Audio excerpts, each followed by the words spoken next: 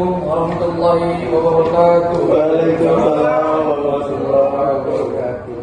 Alhamdulillah, nahmaduhu wa nasta'inuhu wa nastaghfiruh wa na'udzu billahi min shururi anfusina wa min sayyiati a'malina.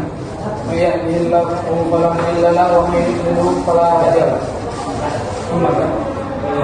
Langsung saja pada pertemuan kali ini kami akan mempresentasikan makalah kami yang bertemakan tentang zakat. Adapun makalah yang pertama akan dibawakan oleh saudari kita yaitu Nazma. Pemateri kedua yaitu saya sendiri Ihsan Murtado Bulungan. Pemateri ketiga yaitu Najwa, dan pemateri keempat adalah Muhammad Fahmi. Pada pemateri pertama kami persilakan waktu dan tempat. Kata zakat berasal dari kata zakat yang memiliki makna kesucian, kebaikan, serta keberkahan. Pelaksanaan zakat diharapkan dapat membawa keberkahan dan membuat harta serta pahala semakin meningkat dan berkembang. Dalam ibadah zakat terdapat harapan untuk memperoleh keberkahan dan menumbuhkan sifat-sifat positif dalam diri seorang hamba. Makna suci dalam zakat berarti membersihkan diri dari keburukan, kesalahan, dan dosa yang telah dilakukan manusia. Dalam surah At-Taubah ayat 103 dijelaskan yang artinya, ambillah sebuah zakat dari harta. Zakat dapat membersihkan diri dan menyucikan jiwa manusia. Sedangkan menurut Al-Mawardi dalam kitab Al-Hawi, zakat berarti mengeluarkan bagian tertentu dari harta seseorang yang telah memenuhi syarat sesuai ketentuan syariat Islam. Orang yang menunaikan zakat disebut muzaki, dan yang berhak menerimanya adalah kelompok yang disebut mustahik, sesuai dengan aturan yang telah ditetapkan. Yang kedua ada hukum zakat. Bagi umat Islam yang mampu dan memenuhi syarat, menunaikan zakat adalah kewajiban yang harus dilaksanakan. Rasulullah SAW mengatakan bahwa Islam dibangun karena ada sejumlah alasan. Meyakini tiada Tuhan selain Allah SWT dan Muhammad SAW sebagai utusannya. Wajib menjalankan ibadah sholat, menjalankan ibadah zakat, dan ibadah haji ke Baitullah untuk yang mampu menjalankannya. Oke. Saya akan menjelaskan materi yang kedua, yaitu jenis-jenis zakat. Yang pertama itu ada zakat fitrah, yang kedua ada zakat mal, yang ketiga ada zakat emas dan perak, yang keempat ada zakat pertanian, yang kelima ada zakat ternak, dan yang terakhir ada zakat profesi. Zakat fitrah itu zakat yang biasa kita lakukan pada bulan Ramadan, yang tujuannya untuk memberikan kesejahteraan pada ekonomi masyarakat secara merata, agar tidak ada yang merasakan kesengsaraan pada hari raya Idul Fitri. Yang kedua ada zakat mal. Itu lebih sering dikenal dengan zakat kekayaan, yang diperoleh dengan cara yang halal sesuai dengan ajaran agama. Yang ketiga ada zakat emas dan perak.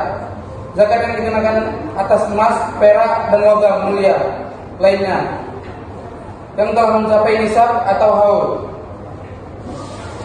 Yang keempat ada zakat pertanian. Zakat pertanian adalah zakat yang dibayarkan dari hasil panen atau produksi pertanian. Dan yang kelima zakat ternak binatang. Zakat hewan ternak adalah zakat yang dikeluarkan atas binatang ternak yang dimiliki. Yang keenam ada zakat profesi, yaitu zakat yang dibayar berdasarkan harta yang didapatkan seseorang. Oke, akan dilanjut oleh makalah ketiga yaitu Najwa. Ketiga, penerimaan zakat. Adapun golongan-golongan yang layak untuk menerima zakat tersebut, yaitu fakir, orang yang hidup tetapi tidak bisa mencukupi kebutuhannya karena tidak memiliki pekerjaan. Kedua, miskin, orang-orang yang memiliki kekurangan dalam memiliki kekurangan dapat memenuhi kebutuhan dasar mereka. Yang ketiga, amil, orang yang bertugas mengerjakan hal-hal yang berkaitan dengan pengumpulan, penyimpanan, pembagian zakat. Yang keempat, mu'alaf, orang-orang yang baru memeluk Islam dan memerlukan dukungan untuk menetapkan keimanan mereka dan memperkuat posisi mereka dalam masyarakat. Terus, rikab, sebutan untuk budak atau hamba sahaya. Gharib, orang-orang yang memiliki hutang dan kesulitan membayarnya. Fisabilillah, orang yang sedang berjuang di jalan Allah SWT. Contohnya itu para pejuang dalam perang atau penyebaran agama Islam. Ibnu Sabil, musafir yang terlantar atau orang-orang yang sedang dalam perjalanan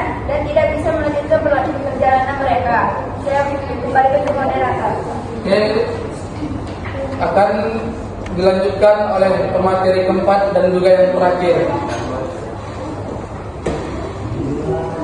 Pengelolaan zakat. Pengelolaan zakat adalah penggunaan zakat tergantung pada seberapa efektif sistem pengelolaan dana zakat tersebut. Pengelolaan dana zakat diartikan sebagai kegiatan perencanaan, pelaksanaan dan pengorganisasian dan pengumpulan, pendistribusi dan penyalahgunaan dana zakat. Tujuan dari manajemen zakat dalam UU nomor 23 tahun 2011 tentang pengelolaan zakat menjelaskan bahwa tujuan dari manajemen zakat yaitu meningkatkan efektivitas dan efisiensi melayani dalam pengelolaan zakat, meningkatkan manfaat zakat untuk mewujudkan kesejahteraan masyarakat dan penanggulangan kemiskinan. Model standar ini dapat diterapkan dalam setiap aktivitas pengelolaan zakat dengan konsep pengumpulan, pendistribusian dan penyalahgunaan. Kesalahan dapat perencanaan, organisasi dan pengawasan dapat dideteksi dengan cara mengontrol dan mengawasi setiap kegiatan yang dilakukan dalam pengelolaan zakat. Oke, telah selesai pula pemaparan materi dari kami. Maka berakhirlah sudah materi dari kami. Assalamualaikum warahmatullahi wabarakatuh.